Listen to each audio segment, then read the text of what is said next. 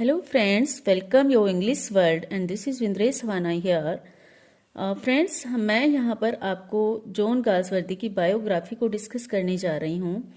तो I hope मेरी ये वीडियो आप लोगों को पसंद आएगी और अगर आपको ये अच्छी लगती है, आपको इससे कुछ सीखने के लिए मिलता है तो प्लीज़ इसको शेयर और सब्सक्राइब जरूर करें। तो फ्रेंड्स स्टार्ट करते हैं। John Galsworthy was English poet, novelist and play right. John Galsworthy को एक नॉवलिस्ट के रूप में और प्ले राइटर के रूप में जाना जाता है और फ्रेंड्स ये बिलोंग करते हैं मॉडर्न एरा से और ये बिलोंग करते हैं फ्रेंड्स 20th सेंचुरी से। ये क्वेश्चन कई बार आता है एग्जाम में कि ये कौन सी सेंचुरी से बिलोंग करते हैं, तो ये 20th सेंचुरी से बिलोंग करते हैं। फ्रेंड्स नेक्स्ट है John Galsworthy was born on 14 August 1867। अब यहाँ पर हम इनके जन्म के बारे में जान लेते हैं। तो इनका जन्म हुआ था 14 अगस्त को और 1867 को। तो ये डेट हमें याद रखनी है। कहाँ पर हुआ था? किंगस्टन टाउन अपॉन थेम्स, सरे, इंग्लैंड, यूके। जो थेम्स है फ्रेंड्स ये रिवर का नाम है यहाँ पर और किंगस्टन है टाउन यूके में, इंग्लैंड में, जहाँ पर इनका जन्म हुआ था। तो इनकी बर्थ की डेट को हम ध्यान में रखें। अगर देखा जाए कि 14 अगस्त 1867 को इनका बर्थ हुआ था और अगर इनकी डेथ के लिए हम देखा जाए तो डेथ हुई थी 1933 को। तो फ्रेंड्स 1933 से हम देखते हैं कि फिर हम यहीं पर देख लेते हैं कि वो कौन सी सेंचुरी से बिलोंग करते हैं। तो यहाँ पर बिलोंग करते हैं हमें 20th सेंचुरी से। नेक्स्ट है उनके पेरेंट्स के बारे में जान लेते हैं फ्रेंड्स। जो उनके पेरेंट्स हैं, उनके फादर हैं, उनके फादर का नाम भी जॉन गाल्सवर्दी सीनियर है फ्रेंड्स। सेम नाम है उनका भी और उनके फादर का भी। Was an established solicitors and company director in London. जो इनके फादर थे वो पेशी से एक सोलिसिटर थे और एक कंपनी में, लंदन में एक कंपनी के डायरेक्टर थे। नेक्स्ट उनकी मदर के बारे में जान लेते हैं फ्रेंड। मदर का नाम था ब्लेंच बेली और सी वॉज वेरी रिलीजियस। इनकी जो मदर थी वो बहुत ही रिलीजियस थी। नेक्स्ट है फ्रेंड जॉन गाल्सवर्दी जूनियर। अब हम गाल्सवर्दी जूनियर के बारे में बात कर रहे हैं, जो हमारे राइटर हैं ये। तो ये हैं was born with a silver spoon. इनको माना जाता है कि विद सिल्वर स्पून से इनका नाम जुड़ा हुआ है। ये बहुत ही वेल्दी फैमिली से बिलोंग करते थे friends.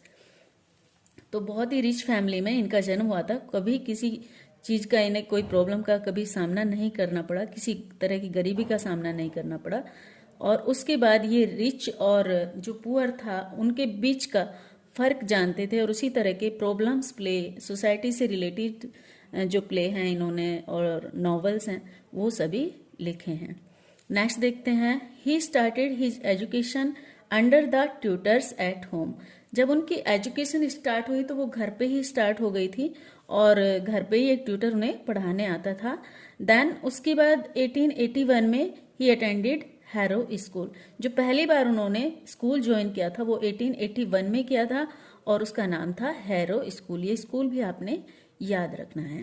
Then he went on a study law at New College Oxford. उसके बाद उन्होंने लॉ की स्टडी के लिए वो कॉलेज में गए, ऑक्सफोर्ड यूनिवर्सिटी से बिलोंग करते हैं ये। और नेक्स्ट है friend in 1889 he took an honour degree in law.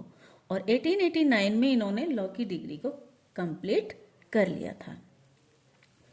Next देखते हैं friend. He was called to the bar jurisdictions in 1890 but never practised. उनको बुलाया गया, बार मतलब बार से रिलेटेड है फ्रेंड्स यहाँ पर कि जो लॉ की प्रैक्टिस जहाँ पर होती है उस जगह को यहाँ पर बार बोला जाता है। तो फ्रेंड इनको लॉ की प्रैक्टिस के लिए बुलाया गया लेकिन इन्होंने भी कभी भी ये प्रैक्टिस के लिए वहां पर गए नहीं। 1819 में इनको बुलाया गया था। Then during 1891 and 1893 he went on a world tour. अब ये वाली डेट रिलेट करती है इनके वर्ल्ड टूर से। 1891 से 1893 के बीच में इन्होंने वर्ल्ड टूर किया, जाना इन्होंने वर्ल्ड के बारे में। और फ्रेंड आगे चलते हैं। मैंने यहाँ पर सभी इंपॉर्टेंट फैक्ट्स को शामिल किया है फ्रेंड्स। कोशिश की है आपको ज़्यादा से ज़्यादा बताने की इनकी बायोग्राफी के बारे में। तो चलिए नेक्स्ट देख लेते हैं friend. he decided to begin his career as a writer in 1895 में। 1895 में इन्होंने अपने करियर को जो है स्टार्ट किया था एज ए राइटर के रूप में। और सेम टाइम में इन्होंने क्या किया था, सेम ईयर इनको जो है अफेयर हो गया था अदा कूपर से। अदा कूपर कौन थी फ्रेंड? अदा कूपर जो वाइफ थी इनके कजिन की, मेजर आर्थर गाल्सवर्दी की वाइफ थी वो मेजर आर्थर की, ठीक है। और क्या हुआ था, इन दोनों का हो गया था तलाक 1895 में। तो उसी वक्त गाल्सवर्दी को इनसे प्यार हो गया था। नेक्स्ट देखते हैं friend, in 1897 Galsworthy began his literary career with a collection of short stories. ये बहुत मोस्ट इंपॉर्टेंट पॉइंट है फ्रेंड्स, ये आपको याद रखना है, बहुत बार ये क्वेश्चन आता है एग्जाम में। 1897 में पहली बार इन्होंने, इनका ये फर्स्ट वर्क था और ये फर्स्ट वर्क इन्होंने लिखा, ये कलेक्शन था शॉर्ट स्टोरीज का फ्रॉम द फोर विंड, ठीक है फ्रेंड। और ये इन्होंने शुरू किया था अपने पेन नेम से, यानी कि जो उनका सिडोनिम नेम था उससे इन्होंने इसको पब्लिश्ड कराया था। और इनका सिडोनिम नेम था फ्रेंड्स जॉन सिन जॉन। ये पूछ लिया जाता है what is the pseudonym name of John Galsworthy, तो यहाँ पर उनका जॉन सिन जॉन उनका नेम था। या फिर जॉन सिन जॉन किससे रिलेट करता है, किसका ये सिडोनिम नेम है, इस तरह से भी क्वेश्चन आ जाता है, तो ये इन्हीं का नेम है। और फ्रॉम द फोर विंड क्या है, इसको भी पूछ लिया जाता है, तो एक शॉर्ट स्टोरीज कलेक्शन है जॉन गाल्सवर्दी का। तो फ्रेंड्स ये इसमें फेलियर रहे, इन्हें कोई सक्सेस नहीं मिली इस वर्क से, तो इन्होंने इस वर्क को भी माय फर्स्ट सिन कह के बुलाया। मैं इसको यहाँ पर हाईलाइट कर देती हूँ फ्रेंड, माय फर्स्ट सिन को, क्योंकि ये भी इस बहुत इंपॉर्टेंट क्वेश्चन है, यहाँ से क्वेश्चन आ जाता है, पूछ लिया जाता है आपसे, तो इन्होंने इसे माय फर्स्ट सिन कहकर बुलाया। नेक्स्ट देखते हैं friends, other work which was published under his pen name. जो उनके पेन नेम से एक वर्क, फर्स्ट वर्क तो ये था फ्रेंड, और उनके पेन नेम से और अदर वर्क भी आए थे जो यहाँ पर सभी मैंने मेंशन कर दिए हैं। फ्रॉम द फोर विंड इनका पहला वर्क था 1897 में आया, जो शॉर्ट स्टोरीज कलेक्शन था फ्रेंड। नेक्स्ट इनका जोसलिन था, जो फर्स्ट नॉवल था इनका, और वो भी इनके सिडोनिम नेम से ही आया था।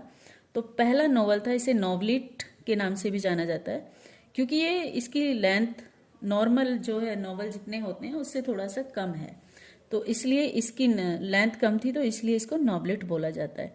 1898 में जोसलिन। और विला रुबेन इनका थर्ड वर्क था जो 1900 में आया, and then a man of Devon 1901 में आया। तो ये चार वर्क थे जो इन्होंने अपने सिडोनिम नेम से, यानी कि जॉन सिन जॉन के नाम से इन्होंने अपने पेन नेम से पब्लिश कराए थे, लेकिन इनमें इन्हें कोई सक्सेस नहीं मिली थी। और उसके बाद फ्रेंड 1904, आपको ये डेट याद रखनी है यहाँ पर। 1904 में क्या हुआ था कि he said goodbye to his pen name and started writing under his real name. उन्होंने अपने पेन नेम को गुड बाय बोला और अपने रियल नेम से लिखना शुरू किया। First work that appear under his own name was, जो उनके अपने नाम से था पहला वर्क उनका, तो ये था फ्रेंड्स द आइलैंड फेरिसिस। ये पहला जो वर्क था इनका, ये उनके अपने नाम से था। इसी तरह से क्वेश्चन आ जाता है, ठीक है, तो इसको आपने ध्यान में रखना है। 1904 में जो पहला वर्क उनके अपने नाम से आया था वो आइलैंड फेरिसिस था। नेक्स्ट देखते हैं फ्रेंड,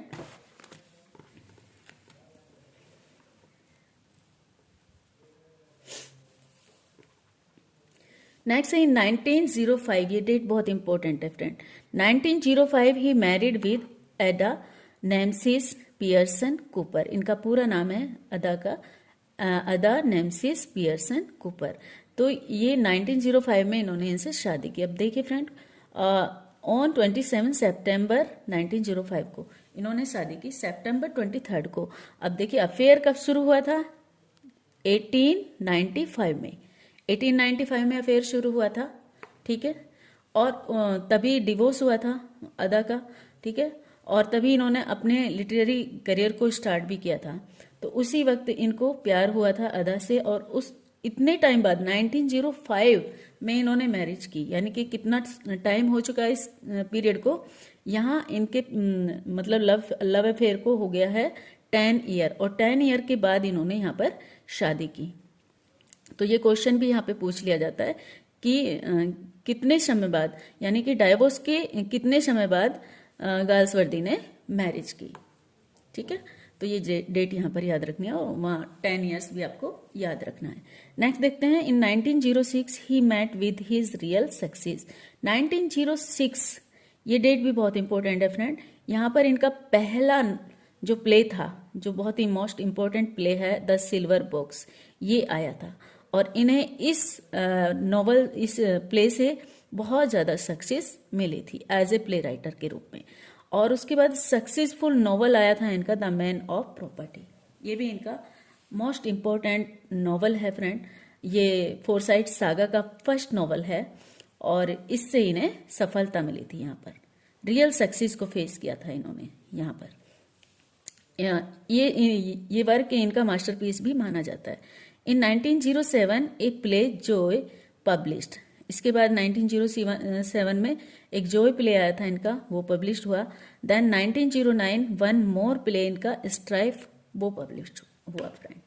उसके बाद अब यहाँ पर आप सीक्वेंस देखिए डेट्स का। आपको डेट याद नहीं होती होंगी, लेकिन यहाँ पर आप इजीली डेट को याद कर सकते हैं। 1905 में शादी की, देन 1906 में ही उनका फर्स्ट प्ले आ गया सिल्वर बॉक्स, और 1907 में 1906 में सिल्वर बॉक्स आया, 1907 में जॉय आया, और 1909 में 8 को यहाँ पर स्किप कर दिया है सिर्फ, और 1909 में स्ट्राइफ आ गया। बहुत इंपॉर्टेंट प्ले है स्ट्राइफ भी, जब आप इसे पढ़ेंगे तो जानेंगे फ्रेंड इसमें। और नेक्स्ट है फ्रेंड इन 1910, ये भी बहुत इंपॉर्टेंट प्ले है इनका, जस्टिस। इससे बहुत सारे क्वेश्चन आते हैं, तो इनके जैसे ये सिल्वर बॉक्स है, स्ट्राइफ है, जस्टिस है, इनके सभी कैरेक्टर को आपने याद करना है और स्टोरीज को बहुत अच्छे से पढ़ना है। And the man of property, ये तो फोरसाइट सागा से रिलेट करता है, इसको तो पूरा ही पढ़ना है आपने।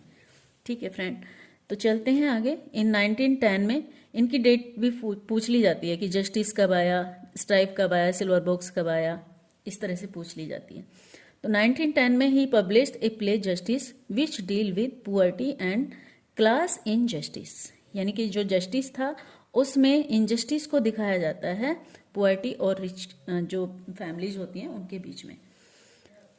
Next friend, on 28 July 1914, first world war जब हुआ था 28 जुलाई 1914 को, तो क्या हुआ था कि he wanted to participate but he was too old to fight.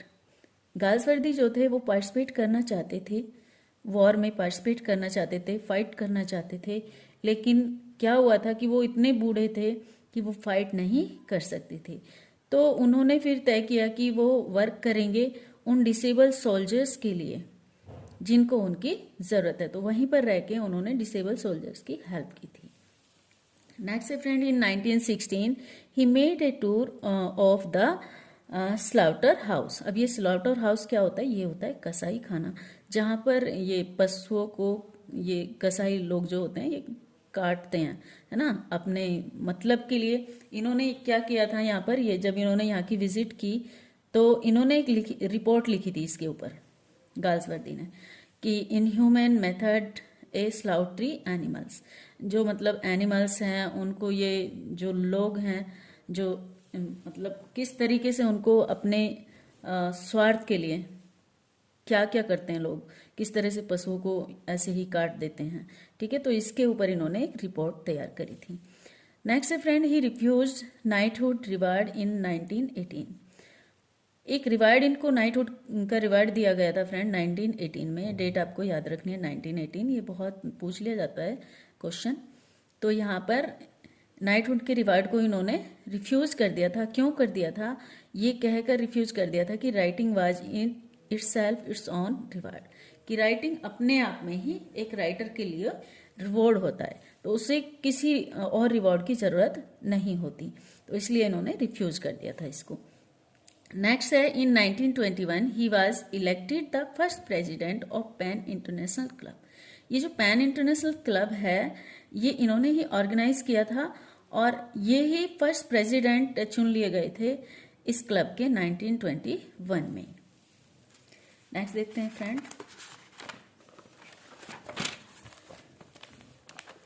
अब हम यहाँ पर जानेंगे कि ये पेन है क्या।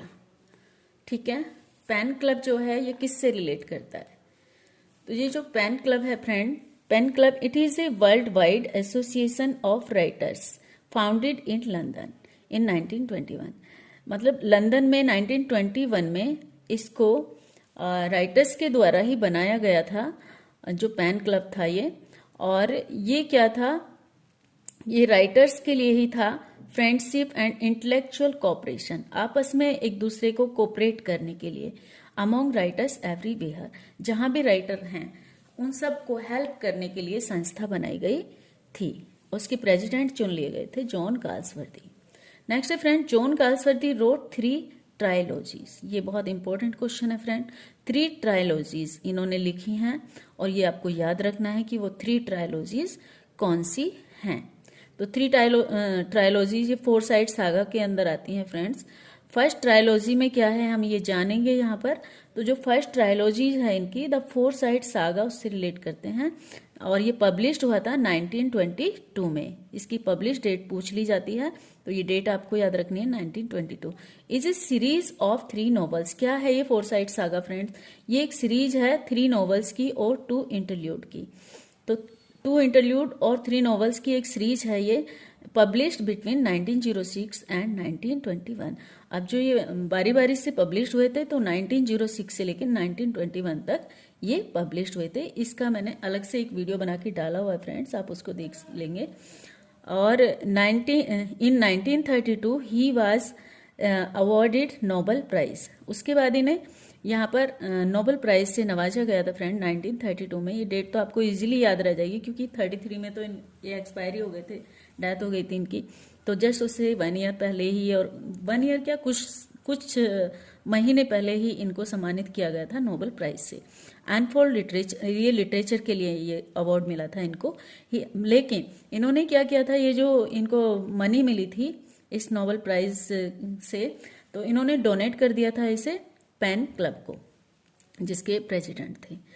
और उसके बाद इनकी डेथ हो गई थी फ्रेंड 1933 में, जब ये 65 ईयर्स के थे। तो 1 जनवरी 1933 को इनकी डेथ हुई थी, जब ये 65 ईयर के थे फ्रेंड्स। तो आई होप कि ये वीडियो मेरा आपको अच्छा लगा होगा और आपको ज़रूर इस वीडियो से कुछ ना कुछ नया सीखने के लिए मिला होगा। मैंने इसी से रिलेटेड कुछ क्वेश्चन यहाँ पर डाल दिए हैं, जिन्हें आप खुद करेंगे, एनालाइज करेंगे, देखेंगे कि आपने कितना सीखा। ठीक है फ्रेंड, तो यहाँ पर इन क्वेश्चंस को एक बार पढ़ लेते हैं। आपने ही आंसर देने हैं, आंसर मुझे नहीं देने हैं। मैंने सिर्फ आपका रिवीजन हो जाए इसलिए क्वेश्चन डाल दिए हैं यहाँ पर। तो फर्स्ट क्वेश्चन है friend, when was John Galsworthy born, यानी कि इनका जन्म पूछ लिया गया है कि ये इनका जन्म कब हुआ था। नेक्स्ट है, John Galsworthy was the son of, इनके मतलब फादर का नाम पूछ लिया गया है, किसके बेटे थे। देन नेक्स्ट है, Galsworthy belong to century, century पूछ ली गई है कि सेंचुरी से बिलोंग करते थे ये। नेक्स्ट है, Galsworthy and Galsworthy's tragedies are called, इनकी जो ट्रेजेडीज है उनको क्या कहा जाता है, किससे रिलेट करती हैं इनकी जो ट्रेजेडीज हैं। चलिए फ्रेंड्स आगे देख लेते हैं कुछ क्वेश्चन। मैंने टोटल 10 क्वेश्चन इसके अंदर डाले हैं फ्रेंड, तो अब देख लीजिए। नेक्स्ट है, in which play of John Galsworthy we find William Falder, जो विलियम फाल्डर है वो किस प्ले के अंदर हमें देखने को मिलते हैं। कैरेक्टर है, बहुत इंपॉर्टेंट कैरेक्टर है ये फ्रेंड्स, तो इसे याद रखना है आप, किस प्ले के अंदर ये देखने को मिलते हैं। Which work of Galsworthy is considered to be his masterpiece, उनका मास्टरपीस कौन से वर्क को बोला जाता है, ये भी मैंने वीडियो के अंदर आपको बताया है फ्रेंड, तो इसका आंसर भी आप लिखेंगे। What is Galsworthy's from the four wind, या ये मैंने बताया था आपको, फ्रॉम द फोर विंड क्या है, तो ये क्या है, ये इसका आंसर आपने लिखना है। The dark flower bye John Galsworthy is a, ये थोड़ा अलग से आ गया है ये वाला क्वेश्चन आपका। जो डार्क फ्लावर है जॉन गाल्सवर्दी का एक लव नोबल है ये, ठीक है, लव नोबल, ठीक है, गाल्सवर्दी का। नेक्स्ट है friend, on the model of whose problem plays did Galsworthy write his play, तो यहाँ पर भी ये क्वेश्चन भी अलग से ले लिया गया है कि किसके मॉडल पर जो गाल्सवर्दीज ने अपने प्रॉब्लम्स प्ले लिखे हैं, तो किसके मॉडल्स पर तैयार किए हैं, किसको फॉलो करते हैं ये। तो यहाँ पर ये क्वेश्चन आप सर्च करके लिखेंगे। ठीक है फ्रेंड्स, आपकी जानकारी के लिए ये क्वेश्चन भी मैं छोड़ देती हूँ ताकि आप सर्च करें और आपको ज़्यादा से ज़्यादा सीखने के लिए मिले। आप खुद सर्च करेंगे तो आपको याद रहेगा, मैं बता दूंगी तो शायद उतना याद आपको नहीं रहेगा। ठीक है फ्रेंड्स, नेक्स्ट है who was the first president of pan international club, यानी कि पैन इंटरनेशनल क्लब के पहले प्रेसिडेंट कौन चुने गए, ये मैंने वीडियो के अंदर ही आपको बताया है। और व्हेन वाज ही इलेक्टेड, और वो कब इलेक्ट हुए थे, ये डेट भी उसके अंदर मेंशन है। तो फ्रेंड, इन्हीं सभी क्वेश्चंस के आंसर आप इसे पढ़ करके दे सकते हैं और आपको बहुत कुछ इस वीडियो से सीखने के लिए मिल सकता है। तो फ्रेंड, अगर आपको मेरी ये वीडियो अच्छी लगी और आपको लगता है कि आपको कुछ इससे सीखने के लिए मिल रहा है, अच्छा लग रहा है आपको, तो प्लीज़ इसको शेयर और सब्सक्राइब जरूर करें और बेल आइकन को जरूर प्रेस करें फ्रेंड्स। और एक लाइक तो ज़रूर बनता है, अगर आप लाइक करेंगे तो मैं इसी तरह की वीडियोस आपके लिए इसी तरह का कलेक्शन तैयार करके लाती रहूँगी। और जॉन गाल्सवर्दी के बारे में मैंने टोटल इसी तरह के नोट्स तैयार किए हैं, वो मैं आपको प्रोवाइड कर दूंगी। अगर आपको चाहिए तो आप कमेंट्स बॉक्स में लिख सकते हैं। तो thanks for watching this video friends, and मिलते हैं नेक्स्ट टाइम। तब तक के लिए बाय बाय।